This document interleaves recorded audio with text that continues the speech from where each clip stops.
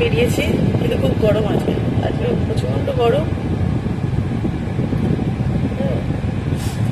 এখনো কিছু খাওয়া দাওয়া হয়নি, ভাবছি মঙ্গলেশ থেকে কিছু একটা খাবো। প্রচন্ড গরম বাবা, আমাদের গরমের ছুটি পড়েছে, তাই কি জ্বালাতো।